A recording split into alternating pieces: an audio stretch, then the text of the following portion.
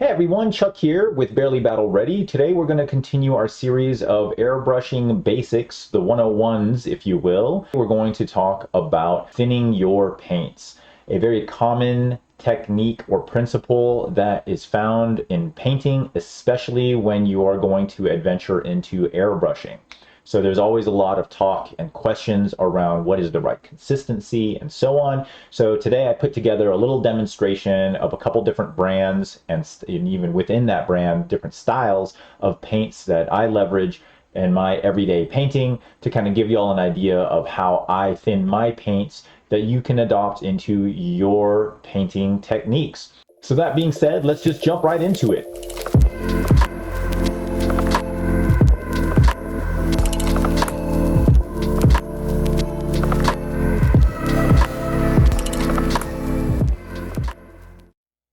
Hey everybody, we are going to cover thinning your paints. I have a little experiment set up. I'm going to show y'all kind of the differences between some of the paints that I use when I am painting my models. And something that is very commonplace around painting itself is the idea of thinning your paints down, especially when we're talking about airbrushing. If paint is too thick in the cup, it will clog up the nozzle and you will get what is known as dry tip at the very edge or tip of the needle of the air gun, and then it won't spray correctly. So a common question around beginning airbrushing is how much do I thin my paints? So I'm going to show you all a little experiment here using scale 75 Game Air, which is a paint specially formulated for airbrushing. We're going to use regular Vallejo Model color, like this is the kind of stuff that you can buy at Hobby Lobby. This was actually purchased at Hobby Lobby. And then we're going to use some GW. So I'm going to break it down with drops, like whatever the ratio is, 2 to 1, 3 to 1, etc., etc. Of course, Games Workshop is, because of the paint pot, it is not as easy to dump out of the pot cleanly. At least for me it isn't, and which is why I will use a paintbrush to take the paint out of the pot and put it directly into my cup, or in this case, these little containers here, little dishes you see in front of me. We're going to go ahead and go through each one. I'm going to set it up so y'all can kind of see the consistency of the paint and how some water and airbrush flow improver will thin the paint down to a consistency that works well with your airbrush. Again, a lot of this is going to be trial and error. You'll find that some paints, like scale 75, I have found the pigment is very heavy, so therefore it requires more thinning for it to spray well out of my air gun. I have found that if I do not do it correctly, it sprays very sporadically, but also it doesn't apply very smoothly, it spatters. So let's go ahead and jump into this and kind of go through each one of these. So in the first experiment, what we're going to do, if you notice here, I got a little bit of dropper of water, the airbrush flow improver inside the lid. It also has a little dropper as well. Each of these have a dropper, of course, the Games Workshop paint pot does not. Let's start off, and with scale 75, one thing that I have found is, I mean, you really got to shake it a lot. I usually literally bang the bottom of the paint against my chair because I want to break up any pigment that has settled down at the bottom. Again, this is a very heavy pigmented paint. It's very matte, which is one of the things I really love about it. It does not have a glossy finish at all. So we're going to add 1 drop of paint there. I'm going to try to make this as consistent as possible. Let's move it this round. All right, we have, try to make it about this. I got air bubbles in here. 1 drop of red.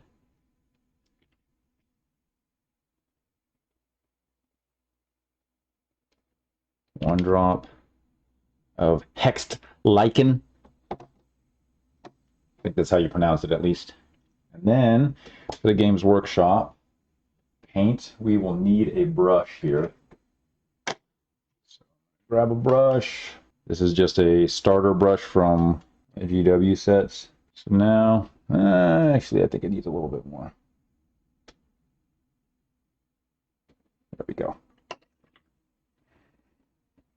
Okay, so now we have the paint. If I start to tilt the tray, the paint is pretty thick.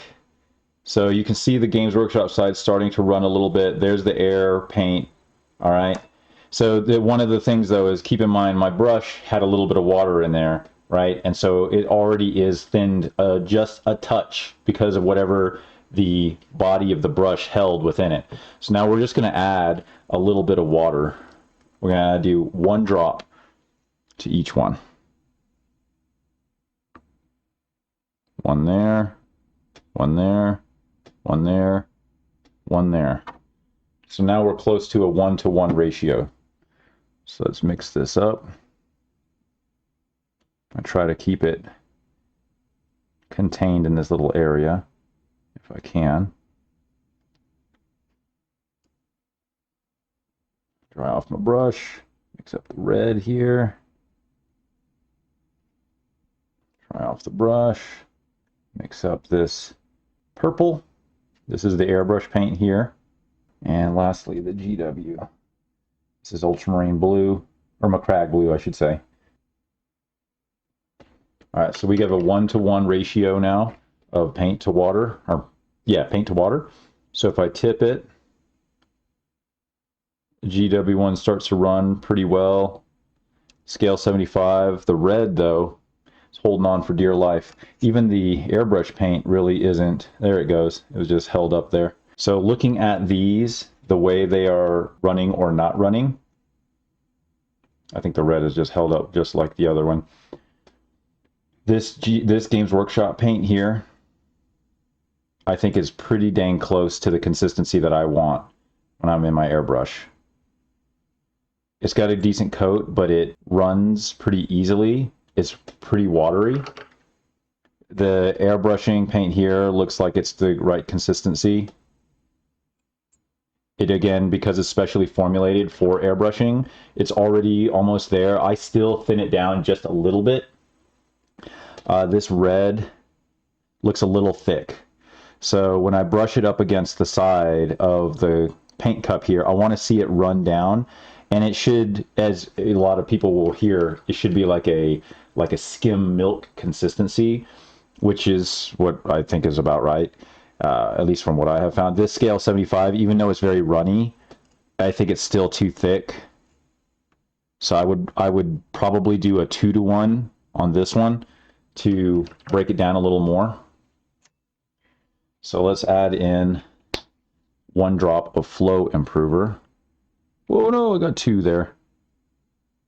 1, 1, 1. And I got a little extra there. So let's mix up this paint. It's still pretty thick. So this would be, I would still thin this down a little bit more. If I go into the red, that red looks like the right consistency. It's still coating. As you see, when it pulls away from the wall, it doesn't completely leave all the paint there. So a lot of the pigment is just following the liquid as it travels down the paint cup. And let's check this Game Air. Now it's got 1 drop of water and 1 drop of flow improver. It's got heavy pigment. So one thing I've also noticed about the Game Air, or most of the Air brand paints, is that the pigment is heavier than the more traditional colors. If you look here in the red, you can see the paint, you can see it starting to kind of pull away, whereas this is the coating is pretty consistent even as it starts to go down. I still think that the Air is definitely the right consistency for what I'm looking for. It's pretty thin, just has a lot of pigment in it. And lastly, the Games Workshop. I mix this up, see how it does on the side of the cup. Yeah, see, that ran down pretty easily. That's great right there. So each brand of paint is going to be slightly different than the next. Some, like I said, like even this right now, the scale 75 is going to take a little bit more. I would just thin this down probably with like 1 more drop of water. Let's go ahead and add that in. There you go. And keep in mind, I accidentally did 2 drops of flow improver in here prior to, so it has 2 drops of water, 2 drops of flow improver. Let's see how it does. That's much better. It's much more watery, much more of a water consistency, flows very easily. That looks like about right. So as a general rule, I would probably start off with a 2-to-1 ratio on your paints, depending, and then go from there. You might have to do a little bit of testing to make sure that you have it thinned correctly, but you'll notice a huge difference in your ability to spray when you have the paint to the correct consistency for your spray gun. Some of the other factors that can go into airbrushing and thinning your paints does have to revolve around how much PSI or how much air your compressor is pushing through the lines. You can turn that up or down on a lot of different compressors. You can spray more air more quickly, or you can tone it down.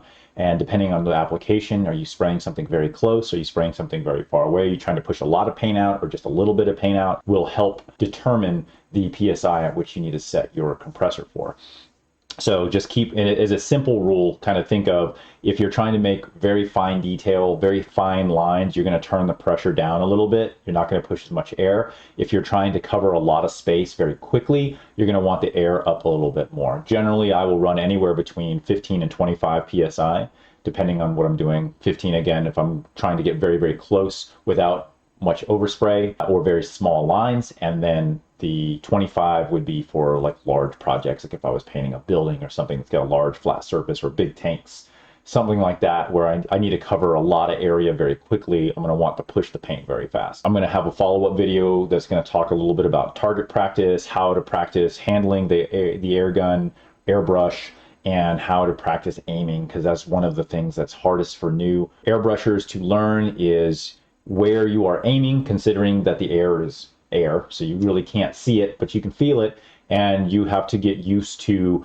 where you're pointing in comparison to where the paint's actually going to land. So I have a little quick tip for y'all, which will be in a separate video.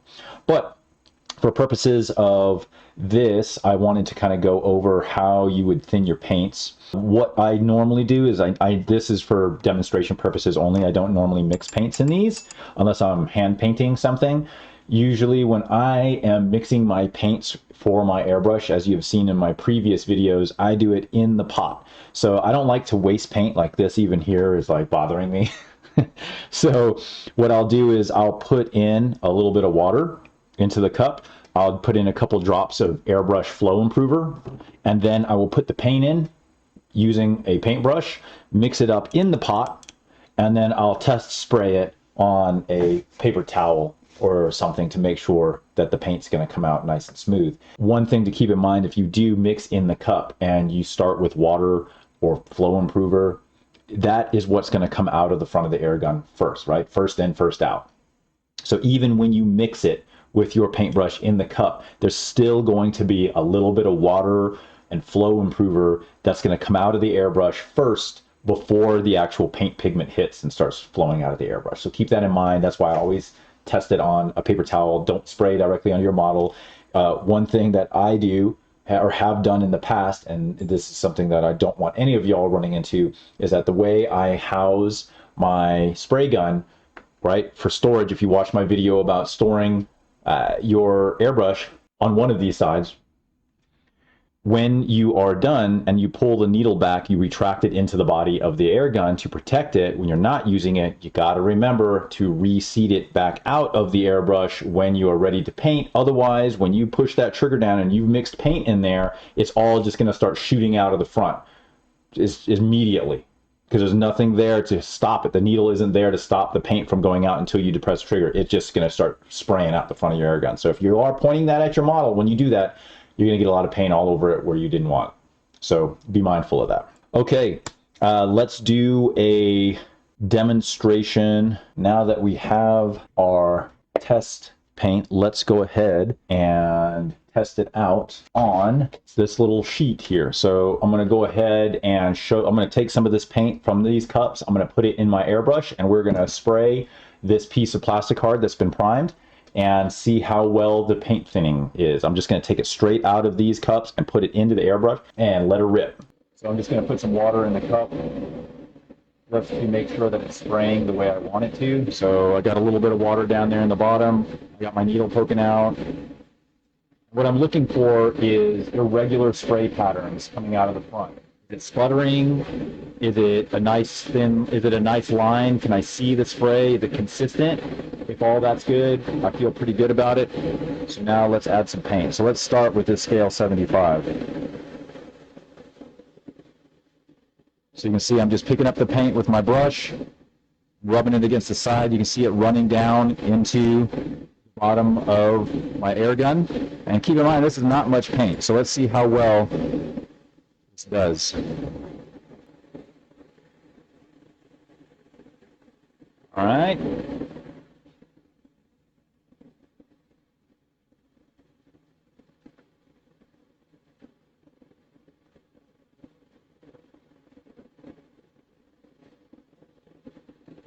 Really thin. So you got to be extra careful about how much paint you put on there. And I use the double action of my airbrush to help dry the paint more quickly. I'm just pushing air right now to make the paint dry very, very quickly. And then once it's dry, I can go back in, add another coat. I can hear it coming out of my air gun, and it still feels or sounds a little thick. Like almost like you can hear the pigment coming out of it in a weird way. If I spray too much too quickly, you'll get that. And then when you push with the air, you're going to get some weird circles and spidering and all kinds of stuff. So that's why you got to be extra smooth about your layers. Don't try to apply too much too quickly. It's like a glaze. You're going to lay down a layer, you're going to let it dry. I help it dry from using the air, and then I'm going to go back in and I'm going to place another layer on it. I'm going to keep building up the color until I get the saturation that I want. Getting a little more aggressive with the amount of paint that I'm spraying. Let that dry. Put on another coat. Use the air just to let it dry. Another coat. And of course, keep in mind, every coat that you add adds to the opacity level of that paint. So that's one of the reasons why I like to keep my paint so thin, is that I can go back in and do lots of layers to get lots of nice gradients. However, the flip side to that is that with thinner paint, where you're kind of glazing it on, it means you're going to need to do more work. It's going to take more coats to get a full opacity than it would if you just kept it nice and thin and you wanted to kind of see some of the color underneath it. It helps for blending and shading and whatnot. But again, if you're trying to make it whatever color, then the paint, you'll just have to do more coats. All right. So even that just tiny bit of paint, I was able to spray quite a few coats onto this little piece here. Let's dry that out. Okay, and then now we're going to change colors. So I'm just going to get some water, put it in the bottom of my airbrush or the cup, clean up the outside a little bit, spray that out. Got in the bottom back here. This out.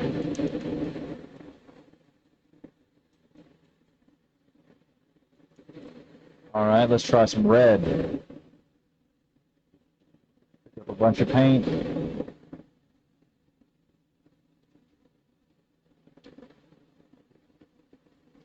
Put it in there. Let's see what we got. See, we got some blue still in the tip of the air gun there. There we go. Now we've hit some red. All right, let's do some red. And my air gun's probably about 2 inches from the piece of plastic. Trigger discipline. You gotta be careful about how much you pull back. You saw how quickly the paint comes out. That's also how quickly you can ruin a model if you're not careful. So even with that tiny little paint, you can see how much I keep spraying. It's one of the nice things I really like about airbrushing is you don't need a lot of paint to go a long way, especially for detail work. A drop is really all you need. Okay, there's some red. Move on to the next one. Pick up some of this purple. Oh, paint's drying. Oh, look at that. flatten this mess. I'm not putting that in my airbrush.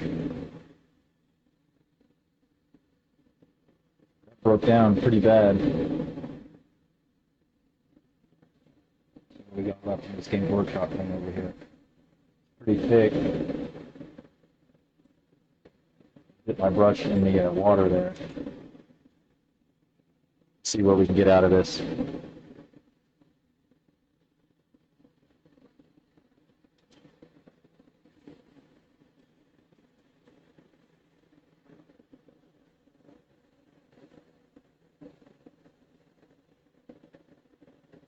It's really thin.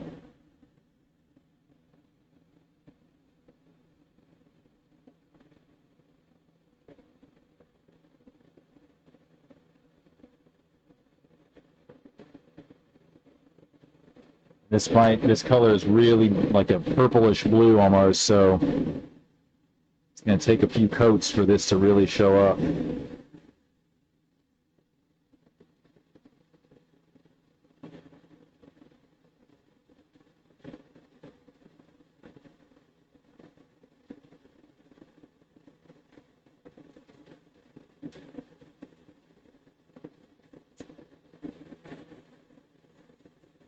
I'm out.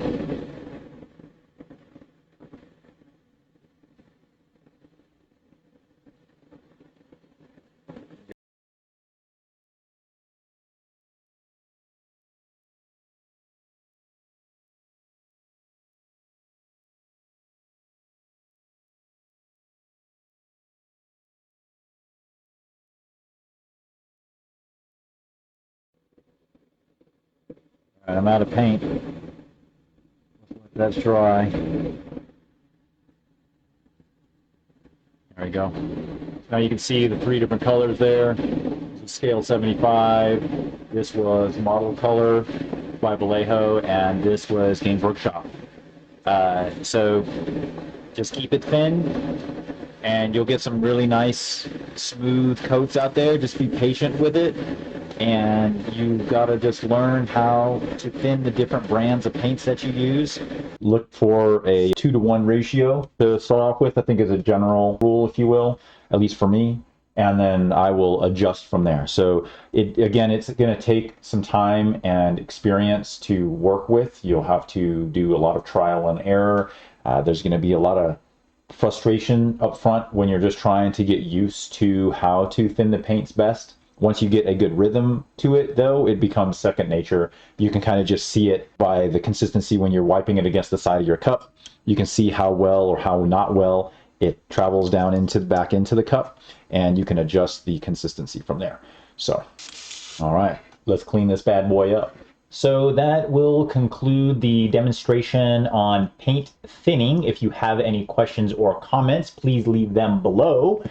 I cannot stress the importance of this particular topic. If you want to level up your airbrushing game, this is one of the fundamental areas in which you will need to learn to improve relatively more rapidly. It is something that a lot of airbrushers, especially beginners, struggle with. So continue to practice at it. You can visibly feel and see the difference when your paint is thinned well. It just goes on very smoothly, effortlessly. You don't have a lot of clogs, cleanup is easier, and so on. There's a lot of advantages to learning this technique, and it will help you when you are applying via brush as well. You need to thin those paints down as well. So if you haven't followed along, please do on Twitch. We have live paint sessions as well as live streamed games. And if you haven't subscribed to YouTube, please smash that subscribe button. It goes a long way to support the channel, looking to build this into a bigger and better endeavor every single video that gets put out. So leave some feedback. I love to hear what you like, what you don't like, what needs to be improved on, and so on. Until next time, I'll catch you on the flip side, the next side, the grim dark side. I don't know. We'll see you in the next video. Take it easy.